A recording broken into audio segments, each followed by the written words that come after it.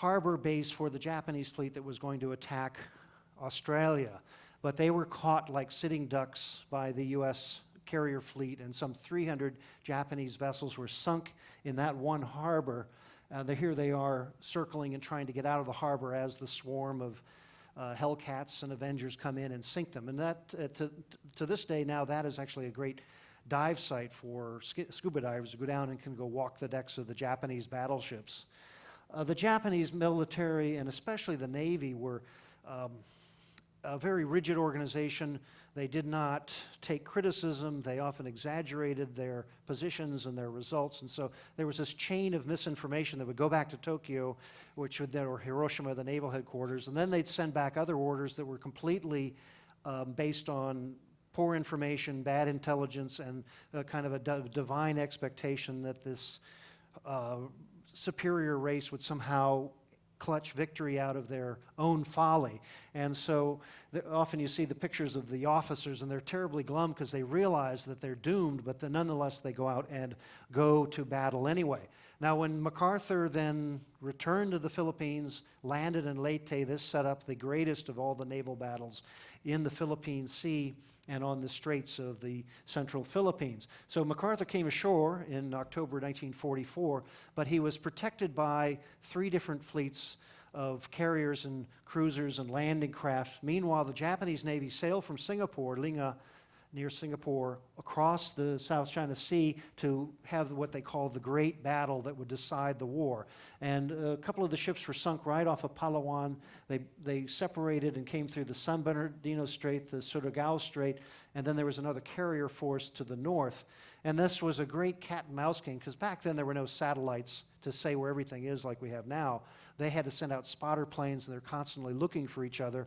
If it was bad weather or there were smoke screens, they would lose each other. And so the tactics and the strategies were often very confused by the elements. But nonetheless, in short, the Japanese came out and tried to attack the landing force of MacArthur at Leyte, but were devastated at the Surigao Straits in particular, where they came in and the American fleet was waiting for them, and they used the classic naval maneuver they call crossing the T, where you can see the battleships and the cruisers are there to bombard the bows of the enemy coming in where they can't shoot quite as clearly.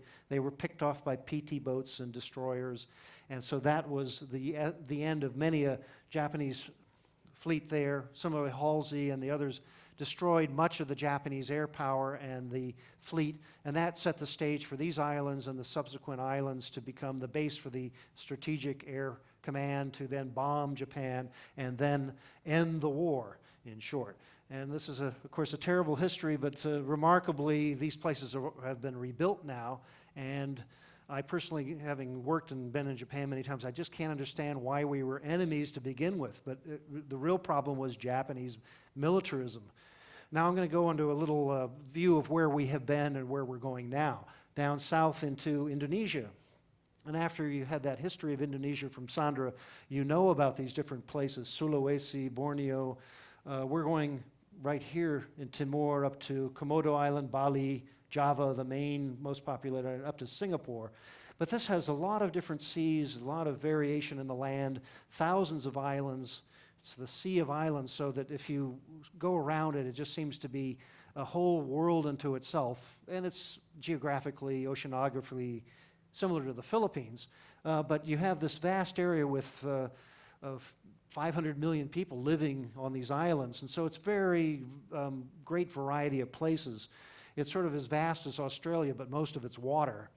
And you have to go by boat to get to most of it. Now, we're actually going to sail right through here and go on to the northwest, to the west of Flores Island. This island of Timor has been a subject of contention because it had been Portuguese. The Dutch actually had not controlled the eastern Timor. Then when Indonesia became independent, it claimed Timor, it invaded, and then only in the last decade did the Timorese get their independence through the efforts of the international community, with especially the urgency and the ground support of Australia. This is just off, of course, from Australia. This is the neighborhood where we are right now. We are probably right there, if my coordinates are right. That's Timor and the rest of Indonesia. Now, this area is, as you know, is very tropical waters, hot. lots of little islands, not much population. It's very sultry land, and then the seas. Now, we just sailed up the coast in the Great Barrier Reef. We came around these islands and down through the Prince of Wales Passage and then off to Darwin into the R.I.P. Sea. Now, this used to be a land bridge with Papua New Guinea, and it's very shoal. The Aborigines, some 50,000 years ago, walked into Australia right across here. And now it is one of the most shallow straits, ocean straits in the world, because if you saw my charts the other day, we were down in a passage of only 7.4 meters, and this ship only draws 7 meters. We were going on high tide, so we may have had another meter under the keel there, but this is a passage which restricts shipping so that the very big freight ships cannot get through here. For instance, the great ore carriers that are taking iron and coal and things to Asia from Australia cannot go through this passage. And we had a pilot all the way through there. We passed Thursday Island, which is the northernmost of the Australian towns, and a pilot station, a reconnaissance station. And we were just sailing just north of there. And we've crossed over Darwin. We came in but south of Melville Island in the middle of the night, and now we're off right about here. But I put this up because there's an area of international water which has some contemporary interest. You heard Captain Felice say that we were in international waters briefly, outside of the territorial waters. They have discovered oil in this area, and you may have seen this morning there were a bunch of oil rigs and production vessels off on our starboard side on the horizon. I'm not sure what company is doing, but they are in international waters, and Indonesia and Australia have agreed to cooperate to share the resources of the oil of the Timor Sea. It's over up by here. That's the area. It's not very far off either coast, but it's just like the Bering Sea. There's an area by international law, which is international. But in Darwin, you saw some of the facilities that are supporting the oil production in this area. Now, of course, Darwin was the only part of Australia that was attacked in World War II, and here's one of the posters of Australia at the time, that you either fight, work, or perish. And famously, in 1942, Darwin was bombed. But it was not bombed just once, it was bombed over 100 times and pretty much demolished. Now, the Japanese did not get past this. They launched raids, but they were soon pushed back, and here's the USS Perry that was sunk in Darwin Harbor back there in 1942, 43 this was. And so this was a very serious strategic, let's say, breach to prevent Japan from getting into Australia. Later after the war, in the interviews, the debriefings of the military, the Japanese said they didn't have enough men left to invade Australia. And so it didn't happen. Further up by Java, there's this other great strait, Sunda Strait, which is one of the international straits to enter the Asian waters from the Indian Ocean. So by right of international law, any ship can go through Sunda Strait, like the Straits of Malacca, as per course, even though they're Indonesian waters. This was the site of another World War II battle of the Sunda Strait, where the Australian Navy, including the HMAS Sydney, battled the Japanese and kept them out of the Indian Ocean. Now, this ship was sunk later by a German submarine and was the subject of great travail because all hands were lost and no communication was received. And a few years ago, they found the wreck, and they finally substantiated the sinking of the largest of the Australian Navy, and there was a ceremony last year with Prime Minister Rudd as a memorial to the loss of this ship in World War II.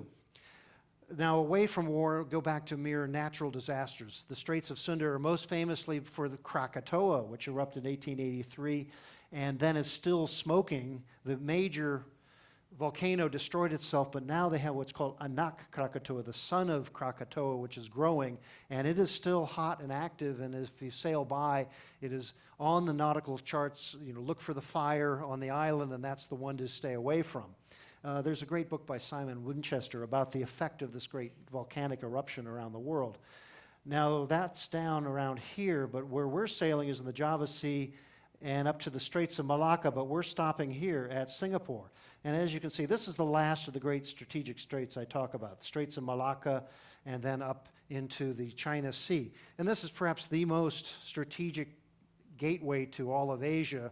And as our Senator Graham quoted the other day, in former centuries it was said, whomever is the Lord of Malacca has his hand on the throat of Venice. meaning the commercial value of controlling the strait was important then, and it's even more important now with ever larger world trade, because some half of the trade of Asia goes right around Singapore through there out to the Indian Ocean. In recent decades, there's been a scourge of piracy here. Now, the picture doesn't quite good. This guy's a Yankee fan. He has a Yankee baseball cap on, just for your reference. But these are the, let's say, part-time fishermen, part-time entrepreneurs who were attacking shipping before. And years ago when I was working out of Singapore, we always had machine gun security aboard a vessel leaving to go toward Sumatra and up toward Thailand, because they would come on fast boats and board and do their trouble. It's been mostly repressed by the combined efforts of Malaysia, Indonesia, Singapore. But you can see how tight it all is. There are all these little islands, the Sunda Islands here. Singapore is a very special independent state that was separated from the larger Federation of Malaysia. Most of the shipping will come down here. The former main town for the area was Malacca right here, which is now a minor city of Malaysia. Of course, Sumatra and larger Indonesia was all around. But this is a tremendous city. I'm sure most of you have been there, founded by Sir Stanford Raffles, and it had been a British possession. The Japanese invaded and came down across the causeway at Johor on their bicycles and pulled a great bluff. Most of the British forces were defending the island down from the south with great coastal guns, and the Navy sitting out in the harbor. The Japanese swarmed over from the land and demanded the surrender of the land forces, and unfortunately the British general capitulated when he didn't realize that he had 2-to-1 forces superior to the Japanese. And British military historians have always lamented that lack of resistance at that time. The Japanese took over Singapore and continued on their way. But nowadays, Singapore is a beautiful modern city. It has been largely rebuilt, and now it has a vast population compared to the old days. It still has its old river, which was the center of the commercial go-downs. They kept some of them along the shore, and behind them are the great new towers. Now, Singapore, I leave this with the end of my tour of Asia, is the most prosperous city of all of Asia now. Highest per capita income. It is independent in its own self as a city versus, they say they are mostly Chinese city surrounded by a sea of Malay and Muslims, and they have to be better, smarter, and more on the ball than anybody around them. Otherwise, they have no natural resources. They are a trading center, financial center, now a technology center. And so it's a very special city, and it comes after many centuries of all this conflict around Asia. Singapore is a point of peace. Here's the Merlion and the harbor and the banks. And then it has an extremely, let's say, benevolent dictatorship, a one-party rule of Lee Kuan Yew, and now his son is prime minister, the highest paid minister in the world. If you saw the news the other day, he earns $2.7 million a year in salary, and that doesn't include his free lunches, I imagine. But in Singapore, they have a mixed society of Malay, Chinese, and also Tamil Indian, and then they have a strong English and a European presence there. So it is perhaps the most cosmopolitan of all of Asia. And even though they, let's say, err on the side of caution in controlling their population to make sure that it doesn't have the kind of problems that Asia was typically afflicted by, poverty and chaos, rebellion, they have a very strict control of their media, and many Western journalists have been banned from the place, and but it has a quality of trying to maintain the peace and tranquility that Asia didn't have for so long. So in this case, they banned a Fox TV show with their Department for Appropriate Behavior. I'm thinking of getting a patch for that to wear at home for my teenage boys, so I have a little authority at last. But without the, let's say, the stability that has been given to Asia after the war, after a few wars now, and perhaps preventing a few more to come, especially by the American military presence, the Asians would probably be at each other's throats again. I know from working in China that the Chinese would love to get even with the Japanese just for sort of a cultural revenge.